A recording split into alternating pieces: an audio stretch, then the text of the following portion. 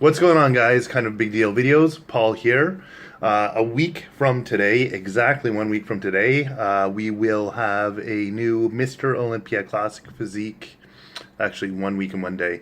New Classic Physique champion. And I want to make my predictions as to who will place top three. So I've been competing in this division since it started, and I've also gotten to know quite a few pros within the division. I had the pleasure of staying with a couple pros from the States, and I do understand that there are quite a few pros, but they kind of gave me feedback as to what the judges articulated to them during their stay as classic physique pros. I've got better understanding now of what they're looking for. The overall division is still in a state of development, and I think the judges are still trying to toy with, certain factors in terms of conditioning, what they're looking for in terms of size, symmetry. But the impression that I get is that they just want smaller bodybuilders. So based on that criteria, and based on all the popularity of these athletes that I'm going to speak about today, I would think they have a fairly good chance at becoming good classic physique champs and making the top three. I would place Breon Ainsley, Chris Bumstead, and Arash Bar in no particular order because they're like apples and oranges when it comes to physiques. I can break it down by saying Arash is dense, thick, hard muscle, mature muscle, and well conditioned. Breon Ainsley is classic lines, athletic, flexible, amazing poser, and good marketing ability. Chris Bumstead also has the great marketing ability the other two share. Probably, I'd say overall, the best marketability. He has youth on his side. He has an amazing physique, streamlined, aesthetic, shredded, conditioned, muscle maturity. You don't see that often in a young person. Striations, feathering, and broad and amazing V taper.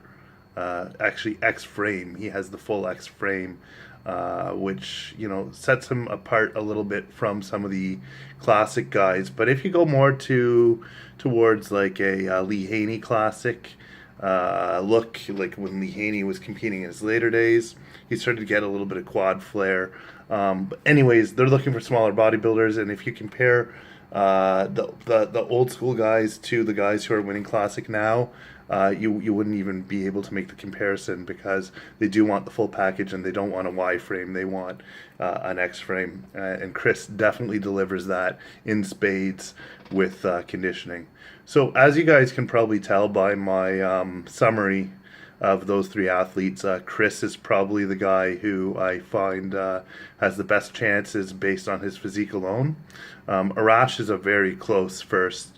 Not to mention Arash Rabar, I believe to have better fan base and marketing abilities at this time. One, because he placed second in Classic Physique last year, so he has a little bit more reach. That being said, Chris was put in MD last year before even switching over to Classic.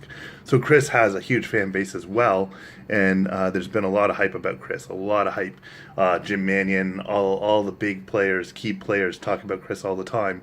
So you can tell that he's definitely a favorite, not only a fan favorite, but a judge's favorite. But in terms of presentation of social media and social media in general, I think Arash Rabar has done a really good job to be an ambassador to the division, and I think Arash, with his age, 36, I think he's invested a lot in this particular sport now because he knows he's going to be an elite athlete. So Arash makes some pretty good quality videos.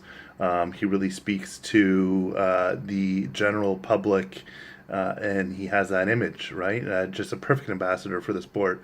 Whereas Chris is sort of getting his feet wet, starting out. He's still younger, doesn't have as much social media as Arash.